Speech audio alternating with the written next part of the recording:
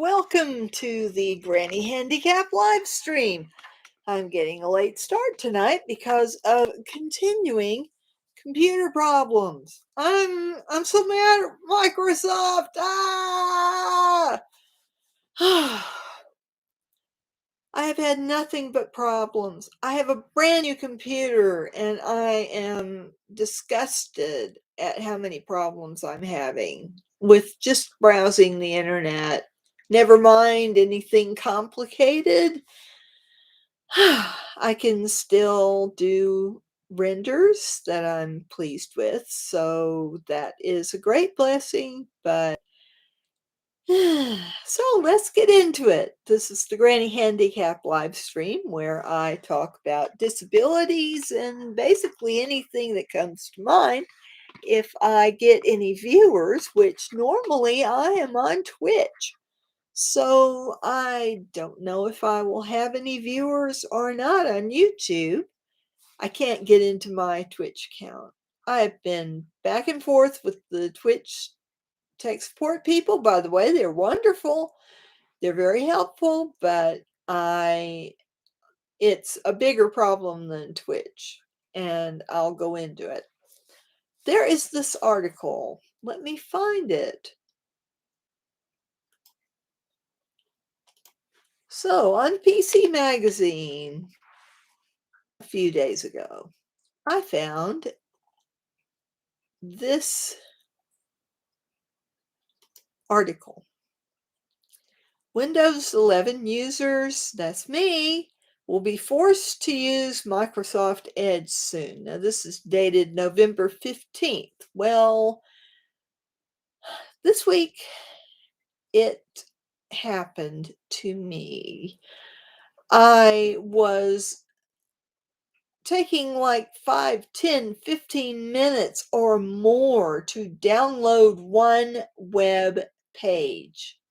I'm like, this isn't happening. I can't do research. I am on 20 gazillion sites every day doing research for my writing. I have to be able to do this. And I can't be waiting 10 minutes for a page to load. Now, you saw how fast that came up. It did. Oh, you didn't see it because I haven't got my screen shared. Oh, am I forgetting that? I am. How do I share my screen? I'm not used to this. I'm used to Twitch Studio, so everything is up in the air.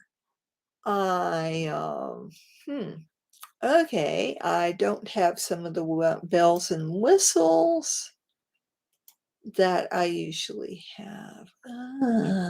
So I can't show you, but I will go over there and get the link for you, and I will put it in the chat.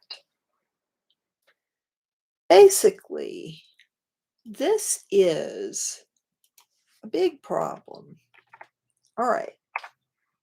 There is the article. So if you click on the link, I will also try to remember to include it in my little description in my video. So basically, the article says, with the launch of Windows 11, when Microsoft made it difficult to change the default browser, and boy, did I experience that. I like Google Chrome. I have used Google Chrome almost since it was created. I really like Google Chrome. I don't want to use Edge. I hate Edge, and it's slow. It's slower than Chrome. So I don't like Edge. But Microsoft uses Microsoft Edge : front slash links instead of HTTPS : front slash for specific features in Windows, like links to online news, weather, start menu, search results. And there used to be a helper program called Edge Deflector, which helped with that, but it's not going to work much longer, according to this article. Um, in the latest preview build of Windows 11 22.494, Microsoft stopped Edge Deflector and any other software that provides that kind of interception task from working. And the Daniel Alexanderson, the developer of Edge Deflector, confirms that his helper program will no longer work, and all the methods he could use to keep it working after this change would require, quote, making destructive changes to Windows, unquote. So that's pretty bad. And he also says, quote, these aren't the actions of an attentive company that cares about its product anymore. Microsoft isn't a good steward of the Windows operating system. They're prioritizing ads, bundleware, and service subscriptions over their users' productivity. Close quote. Amen, brother. I am experiencing this. I am a writer. I have to be able to do research to be able to do my books. I mean, even though I write fiction, there's a lot of research that goes into science fiction, which I write. And I have questions about things. I'm a curious person, so I look up things all the time.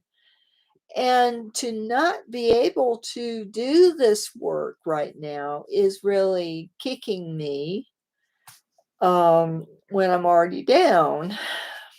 I am 63 and disabled. I am not happy about this. So, yeah, I am not a happy camper. And my camera's sagging. Whoops. Let me do it. Oh gosh, it's not that. It's the way it's clipped on. All right, I have this jury rigged. I really do. Okay. Yeah, is that better? That's better. Okay. Whew. Granny's got to catch her breath.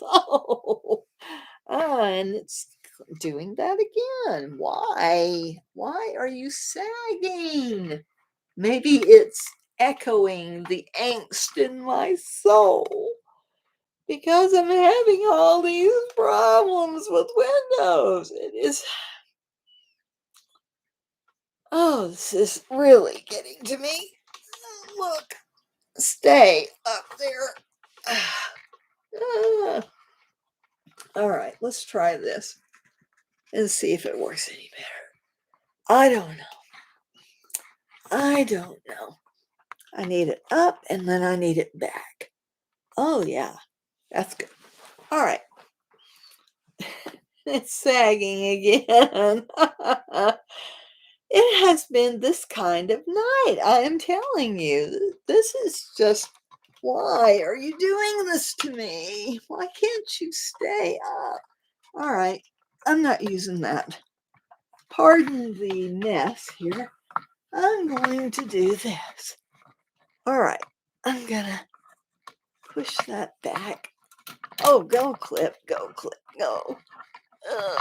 All right, now oh, that's not holding at all.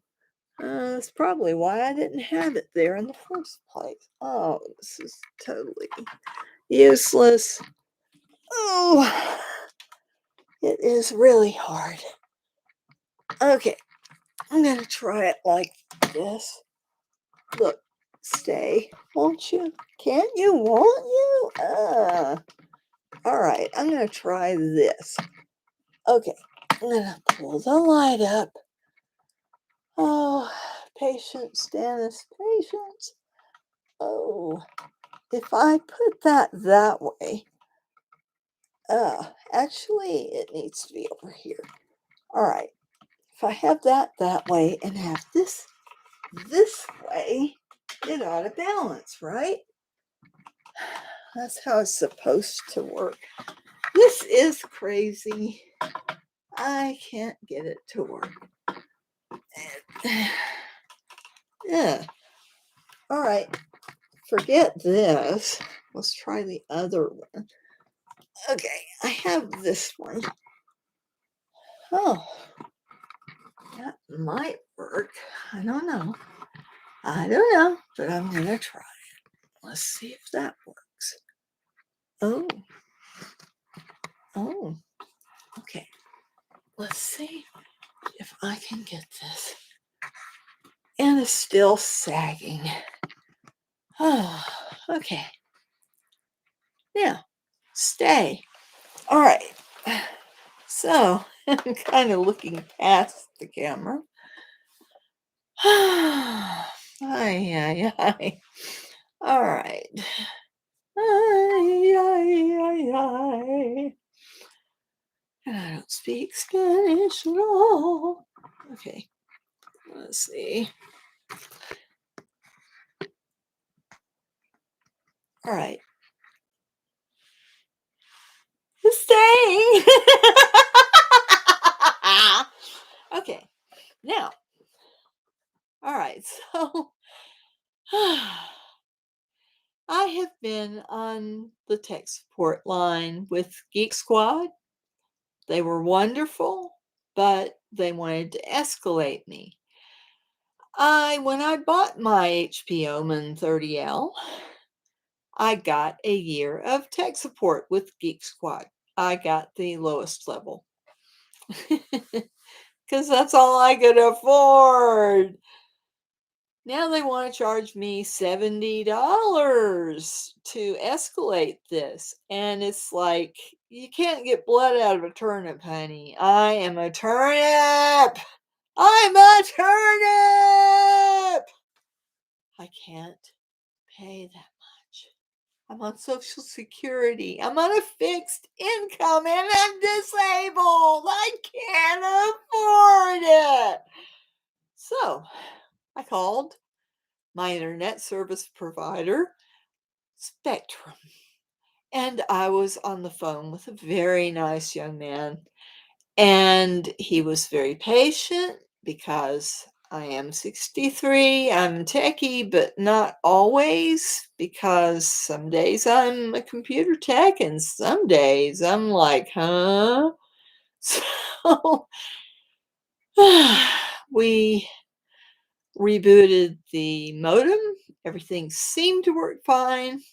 When the tech's around, everything's going to work fine. So here I am.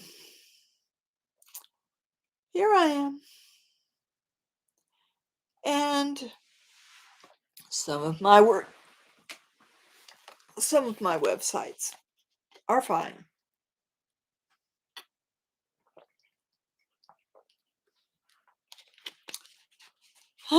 Granny Handicap, sponsored by water. If you like water, I like water.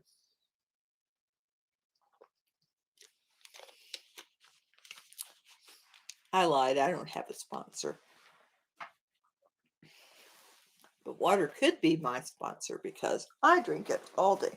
Now I am slipping. Granny's slipping. She's had it. She's lost it. Oh, okay. Now my pillow is slipping. So pardon me while I adjust. Oh, okay. That's a little better. Whew. Okay, so 63-year-old ranting, raving woman on the air. So I have done all I can do to try to fix this problem. And when I went to do my live stream, I, of course, can't get into Twitch. I can get into Twitch Studio. I thought about doing that, and I thought, no, maybe I'll try another platform until I can fix the password problem. Passwords are the bane of my existence. I grew up watching the Jetsons in the 60s, flying cars, robots. I want my flying car, doggone it, it's 2021. It's going to be 2022. I want my flying car and I want my robot and I want them now. I want the end of passwords. We have the technology. We just need somebody in the corporate world to step up.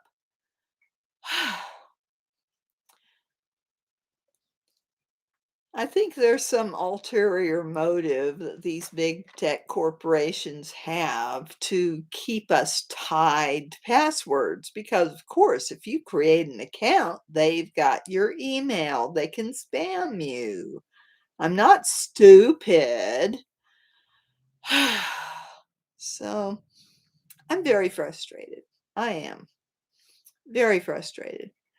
I had plans for tonight and for my live stream Wednesday and for the live stream that I was supposed to do Monday and totally spaced it because of all these password problems and website problems.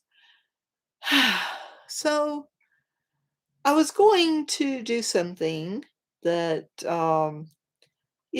I've looked up editing sprints on YouTube and other places on the internet, and I don't really see any real ones that you can like run live. I was going to do that tonight, but I can't share my screen. Oh, so you're stuck with me. But I don't think I will go and rant for 2 hours, especially since nobody knows I'm streaming. Maybe I should do something about that. Um, let's see here.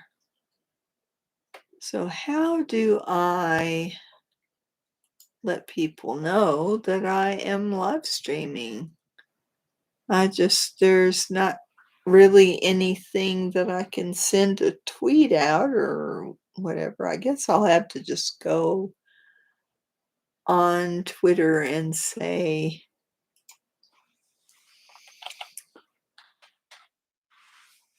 I'll go on Twitter and announce it and see if anybody will. By George, it worked. I'm logged in.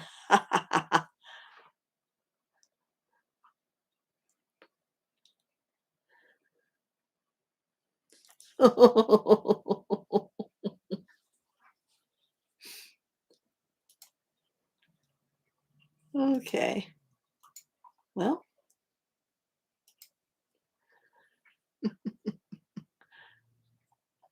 anyway.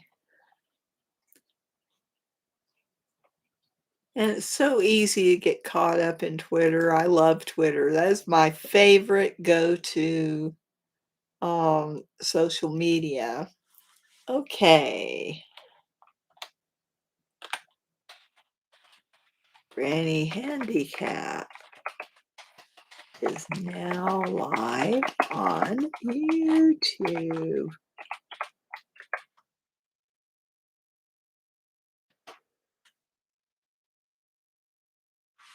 And what is my link?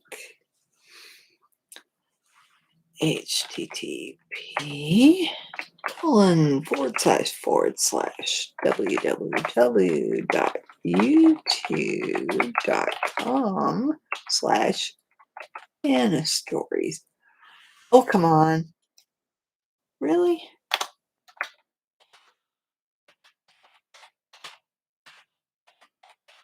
I can't type crooked. It's like, need to straighten that up.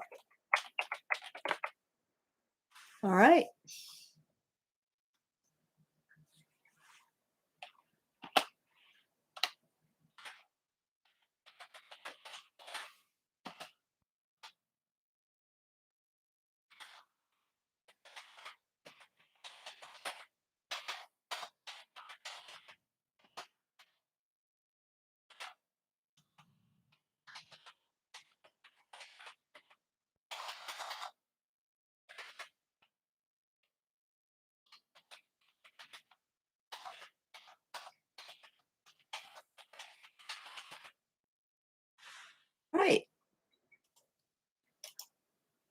I sent it. I don't know if anybody will pay any attention. Now I will go to Facebook. Let's see if I can get in Facebook. Well, I did get in Facebook. I can't remember when. I don't get on Facebook much. It's really bad for your self-esteem, so I can't stand too much of it, but I get on there every once in a while.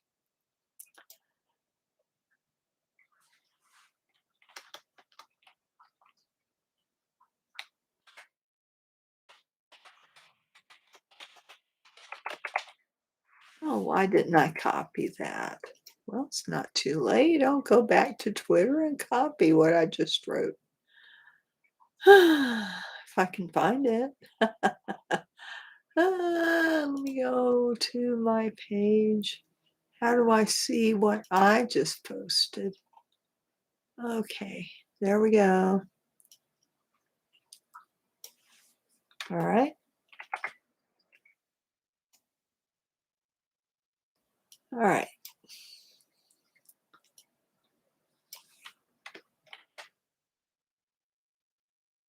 Okay.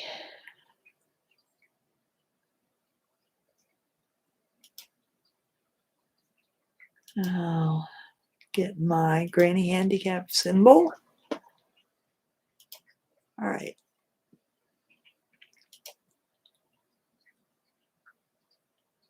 Okay, it's up. It's up. All right.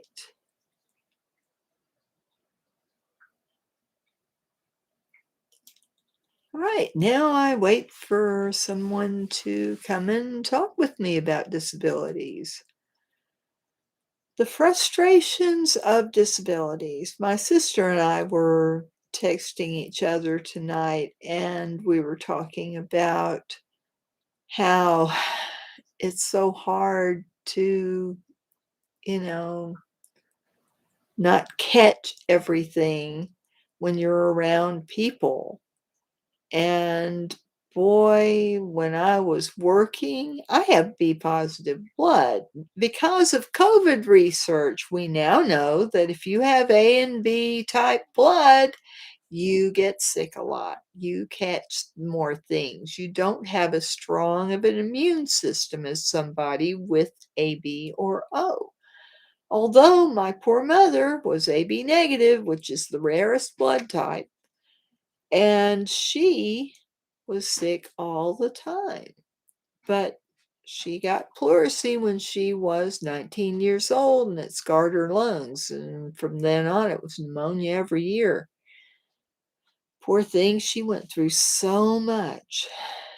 And when I was still trying to keep on working, I would get 1 day of vacation and 1 day of sick leave at work.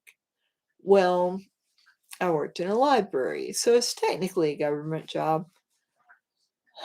But OSHA will not let you exceed your leave. So even though my boss would have been happy to have me, even missing as much time as I was, OSHA said, well, that's against the law. You can't do that. So basically, I had to quit working at 40 when I probably could have kept working maybe to 55. And we have crazy rules in our workplaces here in the US. I really think we ought to do it the way that Europe does it and have a month holiday every year. Oh my gosh, that would be so nice to be able to actually go someplace. The Germans go to a hotel room and just, hang out on the beach and just rest, which it would be wonderful. We take a vacation and it's like, oh, I gotta see this, I gotta see that. Oh, bucket list, bucket list, bucket list. And you come back and you need a vacation from the vacation. I mean, I imagine that's how it is. I haven't been able to take a vacation since I was a kid. My dad took us to the beach twice. That's the extent of, you know, most of my life is like vacation. What's that? Never had the money, never could take the time off. So I can imagine what a vacation would be like. When I got disability, it took me 4 years to fight it. So I got 4 years of back payments. So we went on a cruise for 3 days. Wonderful. Oh, I will remember that for the rest of my life. Disney World. We didn't go to Disney World. We went on the Wonder, which is one of Disney's ships, and it looked a lot like the Titanic would have looked with the spiral staircase, and, oh, it had elevators. I was amazed that a cruise ship could have 12 floors. Ooh, and when you know it, my camera, I forgot the charger for the batteries. So I brought 3 cameras with me, but couldn't charge any of them. So I have 7 pictures. That's it. 7. It's such a shame. But we really enjoyed it. The second day we were sick, but they have room service for free. And we got cookies and we got all sorts of good stuff. So we just stayed in and watched one of the shows. They had closed circuit television so you could watch. So, we were able to get our minds off our tummy miseries, and they had this wonderful medicine that they have in Europe and not in the United States, and it was good for 12 hours. So the next day we were great. Um, so lots of good memories with that, but that was our one vacation that we got to take together, my daughter Maggie and I. And, that was really neat. Just thinking about that just brings all sorts of good feelings. It was so much fun. But, anyway, I didn't come here to talk about cruise ships or vacations. I If I'm going to talk about disabilities, then I probably should talk about inequities in healthcare. Right now, my daughter is 31 years old. She can't afford the health insurance because she's paying off school loans, huge school loans. They promise you the world. You go to one of those schools and then you're paying it off forever. And she was not able to get an entry level job as a scribe or a medical um, billing encoder. So, sad reality. They don't hire you if you're entry level. They want experienced workers. So, you know, and she's got health problems too. She really needs to be seeing a doctor and getting tests and finding out, what's going on with her. But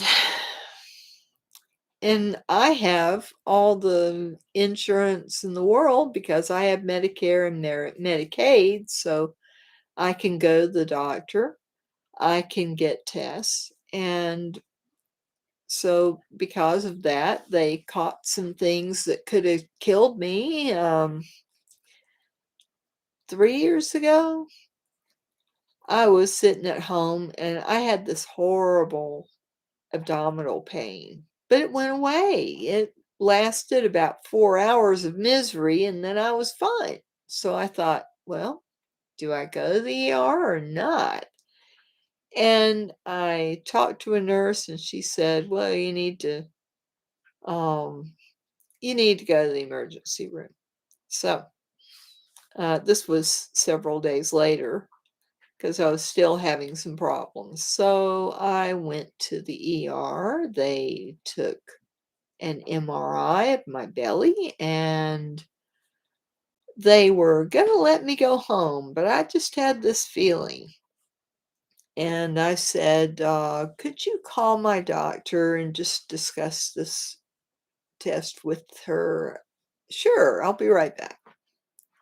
She comes back and she says, "Miss Cole, could you follow me to the emergency room?"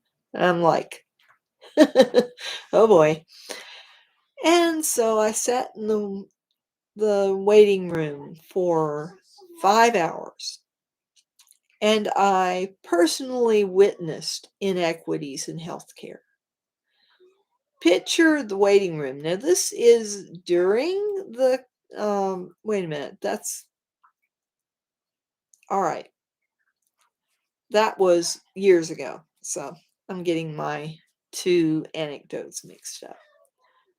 Yeah, um, that one turned out to be a twisted colon, which is rare, and usually the pain is so bad it's unmistakable. I was one of the very few that the symptoms went away. Apparently, it killed some nerves, so there wasn't pain, but I was still having the problems. And so while I was there, they asked if they could take a few extra X-rays, and I said, "Sure, take all you want. I am wanting to help medical students learn, so this might save somebody's life." So, yeah, I had the opportunity to, let them take a whole bunch more views, which will help them to teach about this, so they might save somebody that might go home and think everything's okay, and then they wake up dead. Um, so yeah, I had that 3 years ago.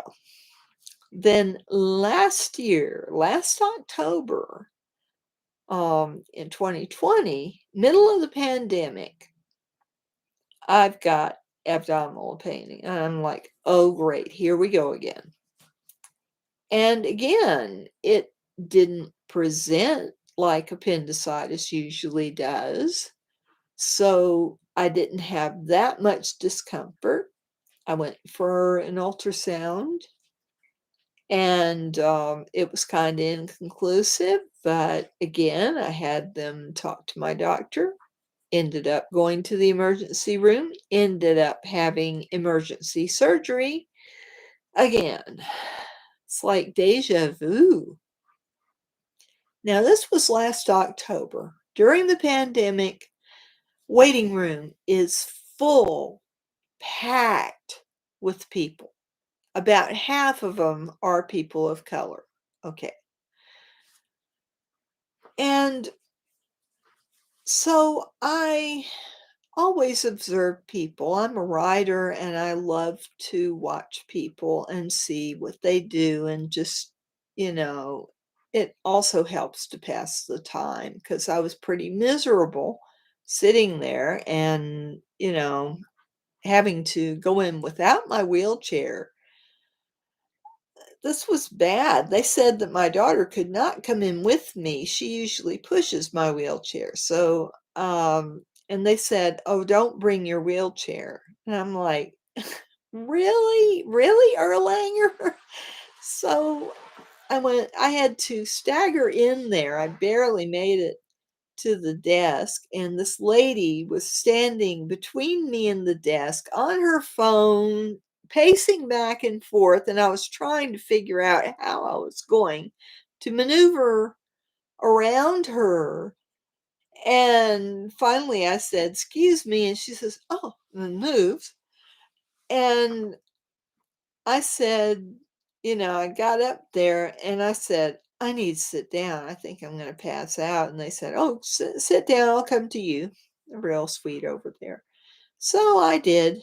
And, it took forever to get a wheelchair because they were crowded. It took forever to get through because they were crowded. I mean, these folks do the best they can, but when the waiting room is that full, you're gonna have to wait. And there were a lot of people getting ill with them. I would not have wanted to be one of those intake workers. Those poor doctors and nurses were doing the best they could to get people seen and get people back there, and they were probably just, you know, had never seen it like this before. It was unreal. So, as I was sitting there, I was watching people. There were a group of Hispanic men. I know this because they were speaking Spanish, and one of them had his arm really bandaged, and I felt so bad for him, and I offered to help. I don't know any Spanish though, so they were kind of looking at me like I was an alien. It's like, "What this white lady want?" So, but I understood that. They get so much flack from people pretending to be helpful, and they're really not. So, I can understand that. And then there were this couple that were obviously very much in love, an older couple, not quite my age, but um, probably 40s. And the husband had, probably real severe abdominal pain from the way he was sitting, and she had a covering over her head, which made me think maybe she's Muslim. Not the full covering, but so there was them, and then there was a Hispanic lady with her son who kept speaking out, and everybody was staring at him. And it's sad when people have mental disabilities and they really don't understand, and so she was trying to comfort him, and he was really upset. He was scared, and um, so there were them, and I can recognize Spanish when it's being spoken. So when I say Hispanic, they were speaking Spanish.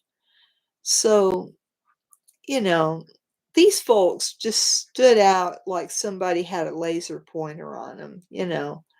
I really was sad that people were giving them dirty looks and just, I don't understand all the hate towards immigrants and towards people of color and towards people who speak a different language or maybe a different religion. I just don't get that because as a Christian, I follow Jesus. Jesus said, love everybody. And so I try to practice what he preached. I don't get the all the hate that immigrants get. Oh, they're taking our jobs. Well, if you haven't noticed, there's not many of us left to work. So we need immigrants. We need to open the gates because have you noticed the amount of stores with help wanted signs? And you're seeing that week after week after week. It's like, oh, nobody wants to work. No, there aren't enough workers. We have lost so many due to COVID, and also we have an aging population. More and more people are retiring all the time. We don't have enough workers, and not enough babies are being born so that we have a continuous supply of workers. So, with that alone, we need immigrants and we need people to work because immigrants are willing to work. They work really hard. The poor things, wherever they're a refugee, if they're refugees, they have it even harder because not only are they in danger of being killed in their home country, that's why they're leaving. People do not want to leave their homes unless there is a deadly reason for them to not want to stay. So you've got all these people, they apply for asylum and they wait. And that country interviews them. Then they go to a refugee camp in another country. They get interviewed again. They have to supply papers, or somebody has to help them get papers. And maybe they can, maybe they can't. And so every country they go through, and there's a line of them. I mean, if you talk to immigrants, you will understand that they are shipped from country to country to country. And every new country they go to, they are vetted again. I mean, they must be sick of having to fill out forms and being asked the same questions over and over and over. So they go through all that, and they go through a lot of dangers too. Maybe they're having to cross a lot of countryside on foot. So there's dangers from snakes, from animals, from people trying to kill them because they don't want them there. I mean, all of these things that they go through just to get to our country, and then they get shipped back where they can be shot, tortured, kidnapped, put into slavery.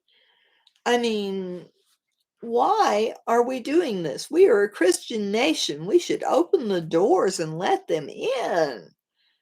I mean, these people are vetted and vetted and re-vetted. I mean, if they were a terrorist, it would show up. Somebody would find that. I mean, it's very, very rare that anybody who goes through all this is going to want to go kill people, and they're in the country they want to call their home because they can't go back. And a lot of them, if they get the chance to go back, if politics changes and maybe it looks like it might be safe to go home, they're going to want to go home. Wouldn't you? I mean, we should have more empathy for people who are fleeing their home. And we should have more empathy for people who maybe aren't fleeing danger, but who just want to make a better life for themselves. I mean, a lot of Hispanic folks from the South American countries and Central American countries, or from Mexico, they'll come up here. They want to make enough money to buy the farm back home, and then they go back home. Why can't they? Why can't we have some sort of temporary visa and make it easy to get so these folks can come across the border, work, get their money, and go? And the ones that want to stay, why is it so hard for us to let them stay? Why can't we see the value in their work? Because most of these people, as I said, are very hardworking people. If you don't know an immigrant, you ought to make the effort to go find one to talk to before you go criticizing them. If you don't know a member of a group, you have no business criticizing them. And that's straight from Granny. But anyway, I'll tell you more about my experience in the emergency room. All right, I finally got a room. They do have rooms in the emergency room. This is something that really, I guess they've always had them, but I wasn't aware of it. So I've got this room with a bed with a glass door. But as they're wheeling me to my bed, I see beds lined up against the wall, and every single one of those beds had a person of color in it. The couple that I saw, the lady with that, her husband was on a gurney. And the the woman with her son who was upset, he was on a gurney and he was getting more upset by the minute. And then there's, you know, um,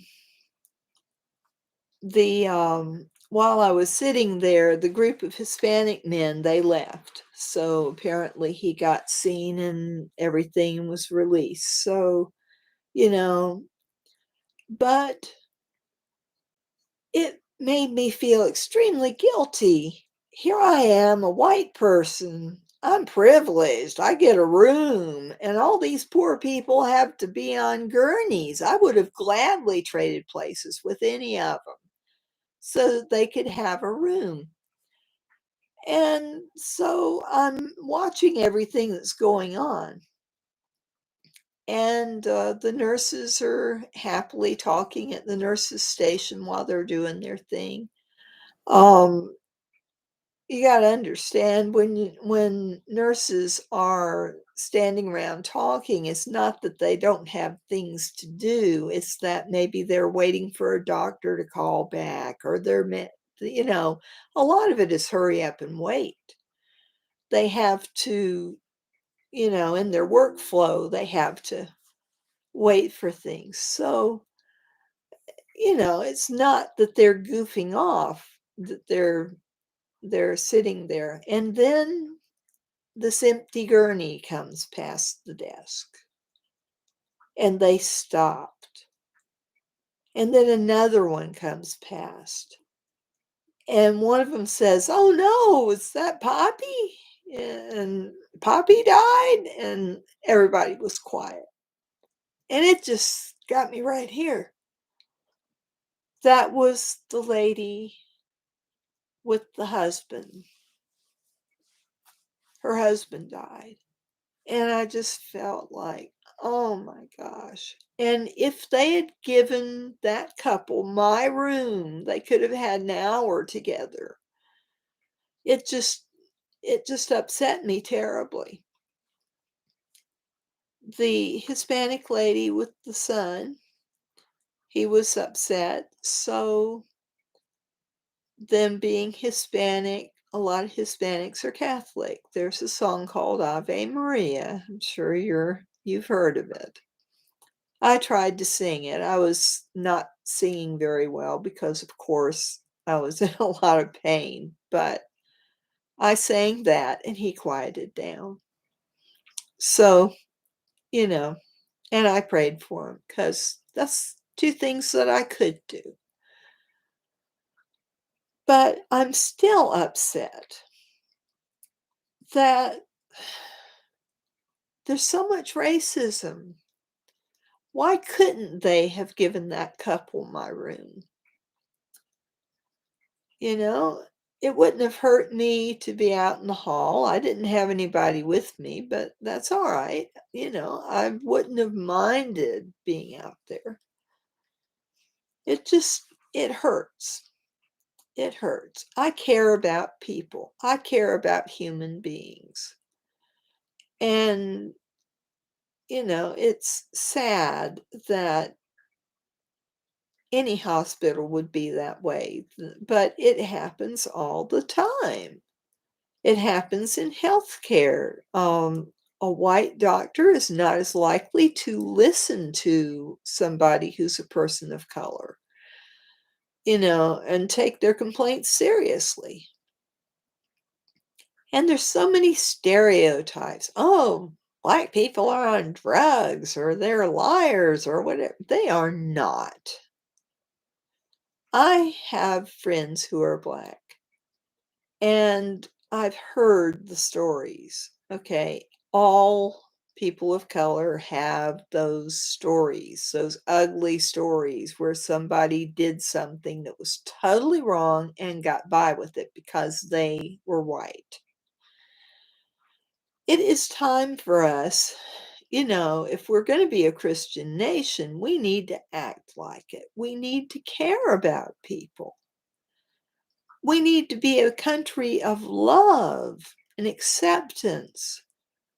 And, as far as gay and transgender people, we need to accept them and love them. We don't have to agree with them. My religion does not accept gay marriage. And, my gay friends are cool with this because, religion, but I don't have to be nasty to them because they've got a gay marriage, you know. I don't have to be condescending or say, "Oh, I'm heterosexual. I'm better than you." No, nobody's better than anybody else. I've known a lot of gay people and I've known some transgender people.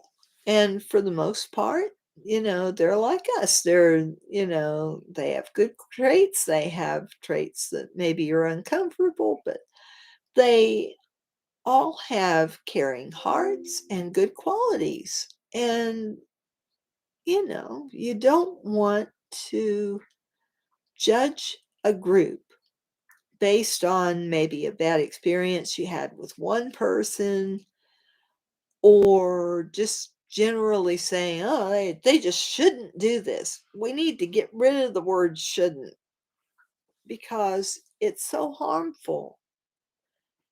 Why do we put these folks through so much pain when they're not hurting us? They're not asking us to do things that they do we don't approve of.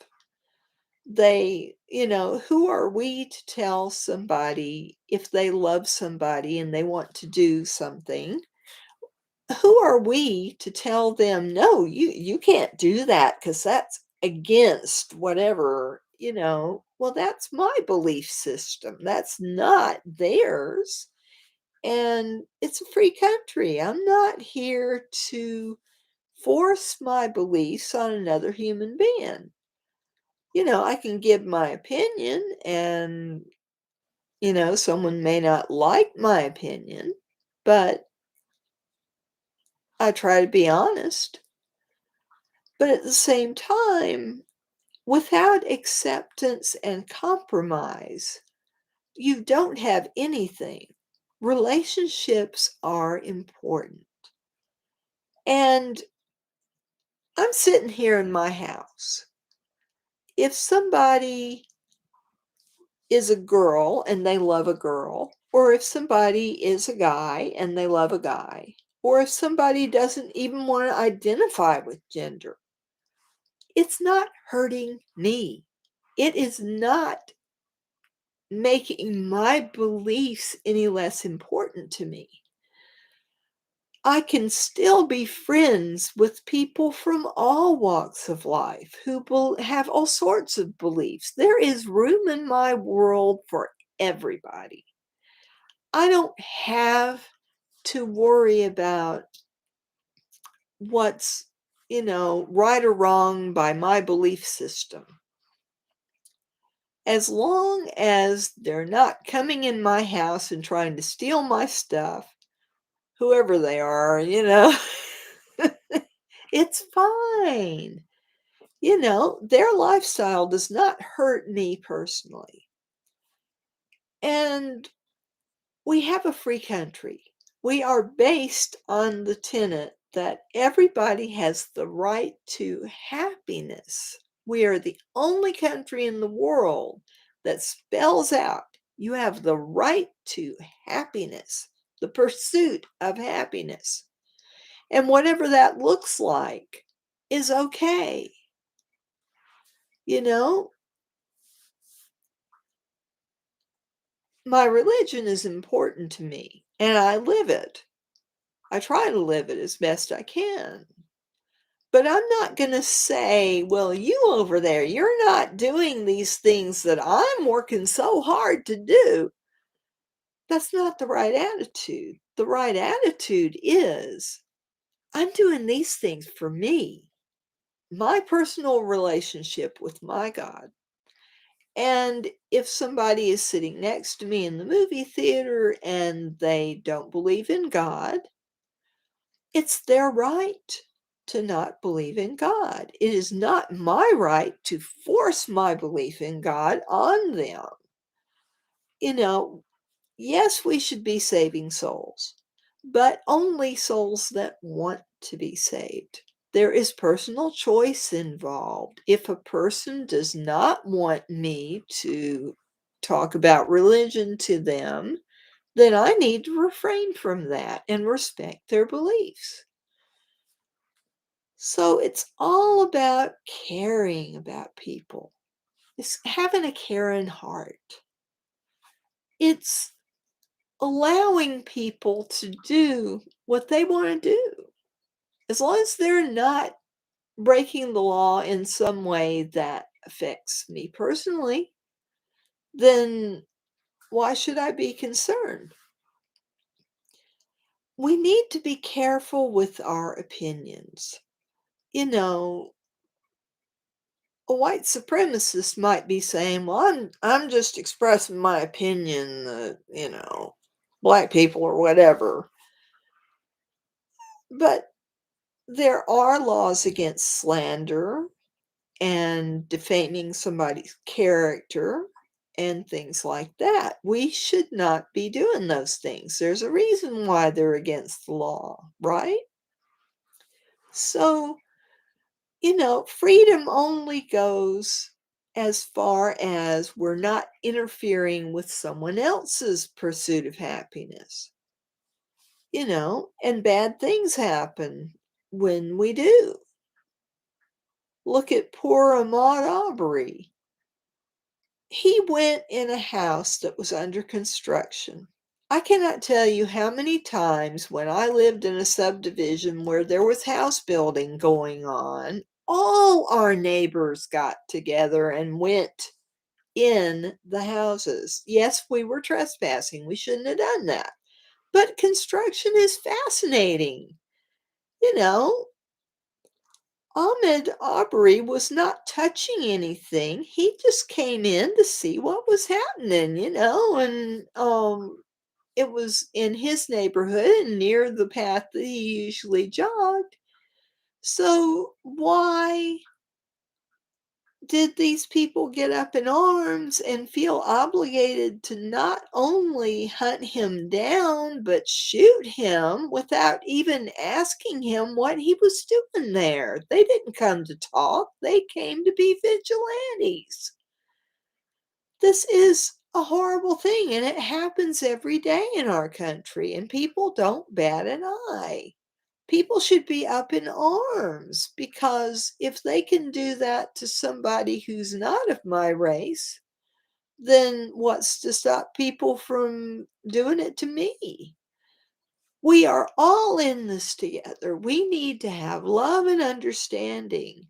We need to realize that there are stereotypes that are very harmful. The stereotype of black men and doing illegal things, that needs to stop. Yes, most of the people that we incarcerate are black, but I don't think it's because of guilt. I think it is because of racial bias. And it just makes me sick that we are so willing to throw people in jail and throw away the key. We incarcerate more people in our country than they do in communist China. Now, communist China has a very oppressive government. What does that say about the average American? A lot of us are out there, oh, give them the death penalty. They did wrong. They need to be punished. How long are you going to punish somebody? If somebody gets convicted on a drug possession or even a drug trafficking thing, how many years are you going to keep them in jail? It's like, oh, we got to keep those pushers off the streets. What if they actually reformed? What if they actually are planning to go out there and be a good law-abiding citizen? People do change. It's all over the Bible. If you're a Christian, you ought to read it. There are so many people who have repented of wrongdoing. Look at Paul. Paul used to be Saul. Now, Paul was an apostle of Jesus Christ. He was one of the 12 really righteous men who went with him everywhere and starved and slept out in the cold. Gets cold in the desert at night. They didn't have a home. They went and preached. So they stayed with whatever member of the church. And if there wasn't a member of the church that was willing to lodge them and feed them, they slept on the street and they didn't have food. Now, you know, they did this so they could go follow Jesus, learn from him, and do miracles. But Paul was a tax collector and he persecuted Christians. He was a very bad man, but he had an experience with an angel. He changed his mind, he straightened up, and he was a follower of Jesus until Jesus died and beyond. And we regard him as, you know, a very special person because he made this decision. He changed, his heart changed. We should give people chances to change. But no, we say once a criminal, always a criminal. We need to rethink that. You say prison to the guy on the street and he's going to say, "Oh, that's robbers, rapists, bad people." What you don't realize is that a lot of those people were teenagers with a tiny amount of a drug on them. Teenagers make mistakes. Didn't you make mistakes when you were a teenager? I sure did. Are you going to condemn somebody until they're 60 because of something they did when they were 16? How forgiving are we as Christians? I'm talking to you Christians out here. You thump your Bibles and you go out and convert people and you crash gay funerals and tell them how horrible they are, which I think is horrible. You should stop and think, how many people are you hurting with your behavior? We as Christians need to forgive. First and foremost, Jesus preached it every single day he preached. He preached repentance and he preached forgiveness. We need to take a hard, long look at our religion and say, am I living my religion? Am I really following Jesus? Because, we need to be forgiving. And part of being forgiving is realizing that people can and do change. Anybody, if you compare them when they're 16 and when they're 60, there's a lot of change in just about anybody. So how can we say that, oh, people in prison, they're bad and they're bad to the bone and they will always be bad? No. People can change, people can repent. A lot of people get religion in prison. And we need to give those people a chance. We need to hire them. We need to not criminalize them. We need not to take their driver's licenses away and take all their rights away as a United States citizens. We need to be more forgiving. And we need to do rehabilitation in jail. We need to provide education because if a person commits a crime, when they get out, they need job skills. So they need to be able to go to school and learn skills and whatever path they want to go down, they need to be allowed to do that. We have gotten so hard in this country that conditions in prison are horrible, and healthcare in prison is horrible. you know, we are not taking care of people's mental health. Do you know that over half the people in jail have some sort of severe mental condition that they're not dangerous, most of them, but they are misunderstood. So a policeman is trained to look for danger. So he says, "Stop, get on the ground." And he holds his gun on the person. Well, if the person is mentally ill and maybe they're hearing voices, they're hearing something different than what the policeman is saying, and they're having a hard time concentrating on what the policeman says. And so a lot of people get shot down in cold blood because they are mentally incompetent of obeying the policeman's commands. Now, being a policeman is a dangerous job. I understand that. But we need to have social workers in police departments. Every police department needs social workers. We need people to talk to that guy with a gun that's threatening to kill his wife. We need to have a social worker on hand when you get those domestic violence calls. We need to have a partnership between mental health professionals and policemen so that we teach policemen and women what to do, how to tell if a person is going to be violent, and there's no hard and fast rules. But a lot of times, just getting the right person to talk to them can talk them down and de escalate a situation. But on the other hand, pointing a gun at them escalates the situation. So there's got to be a middle ground. There's got to be more understanding of ethnic differences and of mental health differences, disability differences. You know, if a policeman were to hold a gun on me right now and tell me, "Get down on the ground," it would take me about 5 minutes to get down there. I'm arthritic and I'm not very healthy anyway, and there's no provision for this in policing.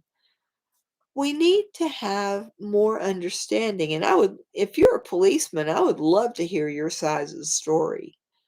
Because right now it's a monologue. I would love to hear from people of color. I would love to hear from people with mental health conditions. I would love to hear from social workers. What do you see that I don't see sitting on this side of the screen? So I'm gonna go ahead and end my live stream. I know it hasn't been 2 hours, but I haven't got anybody to talk to, so, I just want to say, if you come across my live stream recording on my YouTube channel, please hit that subscribe button and please hit a like if you do like it. And let me know in the comments how you feel about these important issues because it all starts with one person with an idea. And whether it is, talking to your congressman, writing a letter to your congressman. I've been so upset about this Windows Edge stuff. I called both my senators. I have never in my life picked up the phone to call a senator. It was after hours, so I left a message. But, you know, that's what your congressmen are there for. Let them know how you feel, whichever side of this issue you are on. It's a free country. If you disagree with me totally, write your congressman and let them know. you know, um, we need to speak up. When we see things that aren't right in our country, we need to sit down and let somebody know who has some clout. If you're tired of big corporations having all the power over your information, you need to write your congressman. I mean, the list goes on. Human rights, health inequalities, um, incarcerated people. We need to let our congressmen know how we feel. And if you have disabilities, you need to let them know how your disabilities are interfering with your right to happiness. Because definitely, if you are disabled like me, then you deal with having a very low income and trying to make ends meet on that income. Let your congressman know. We people who are low income tend to not think that it makes any difference to write our congressman, so we don't do it. We say, "Oh, what good will it do? If I vote, what good will it do?" Well, I'm telling you, your vote is your power. You're writing your congressman, that's your power. You have the power to be a force for change, a force for good, a force for whatever you believe in. And I encourage you, whether you agree with me or not, if you are concerned about an issue, write your congressman because this is the only way we will see true change. So if you don't hear anything else I said tonight, please know that whatever your walk of life, whatever your political views, whatever your disability or not, if you're a person of color or not, if you are a white racist, you know, I love all of you. Okay? There is common ground no matter what your belief is. I want to talk to you. Please, the next time I do my live stream, come on and just make a comment. Please be polite, be diplomatic. I don't want to start any flame wars, but it takes people of differing beliefs coming together and talking about it, It is so important to start that dialogue. This is why it makes me very sad when people do not want critical race theory. Oh, I don't want critical race theory in my school. No. What is wrong with these people? If we sit down and talk about stuff, we can come to an understanding. If you cut off the conversation, there is no turning back. I have a daughter who I love very much, who lives in Portland, Oregon. We have not spoken since Katrina happened. It was many, many years ago. She doesn't want contact with me, so I respect her wishes, but it hurts. If you have conversation, you can foster each other's understanding. If you have no conversation, nothing will change. And I would really like it to. I would really like to have contact with both my daughters. I am very pleased that my younger daughter loves me and we enjoy being together and living in the same place and just hanging out together. I wish I could have that with my older daughter. But the important thing is, as long as there is any communication, there is hope. So, for those of you who might be having a conflict with a family member, maybe you're Democrat like me and they're Republican like my sister, you know, there is common ground. No matter what your differences are, there is always something you have in common. There is always something that you can talk civilly about. You don't have to rehash your strong, if you're a Democrat, oh, I like AOC and I like Bernie Sanders and I think we need radical change. That's how I feel.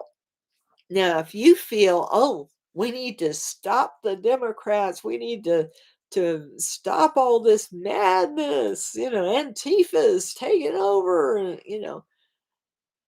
whatever your beliefs are, it's best not to rehash the stuff that you vehemently disagree on. Instead, why not have a pleasant conversation about something, maybe some experience you both shared? It's the holiday season. It's time to make up with the people in your life who are estranged from you. It's time to reach out with love and understanding. So you've got a son or daughter who is gay or doesn't want to claim a gender. That's okay. What's important is your relationship with that person. There are always things you can agree on, and there are some things you will never agree on. And that's how it is in any human relationship. The key to the whole thing is being tolerant of differences. This is a struggle that our country has had from day one. You've got differing political beliefs, you've got differing customs and languages, maybe, and everybody was an immigrant sometime in this country except the Native Americans, and they were pushed off their lands, which is horrible. I think that they should give them back. And if that sounds crazy, well, I'm kind of radical, but I think the Native peoples ought to get their lands back all over the world because we are so greedy. We are so like, oh, it's mine, mine. I don't want to give it up. But it's not fair to push these poor folks onto the worst land and expect them to eke out a living, and you won't even let them live their customs in the way that their ancestors lived. We need a lot of changes in this country, but we need to love each other and communicate with each other and talk about things that bother us, not bottle it up inside. If you've got a conflict with somebody, it takes a lot of inner strength just to reach out and say, I don't like us being apart. I want to be together again. You know, it's important to love. Hello. So I'm going to leave you with that. Put love into your life and everything will seem a lot better than it is. Trust me. This is Granny Handicap saying, have a good night, and I hope that you have a good evening, and I hope you'll think about what I said and reach out to somebody that maybe you're not quite seeing eye to eye with. There's always common ground, so I'm asking you to please try to find it for your own happiness and the happiness of that other person. Y'all take care, and I'll talk to you Monday. Good night. This is Granny Handicap saying, don't let the disabilities get you down. Look at what you can do rather than what you can't do. Bye. Okay.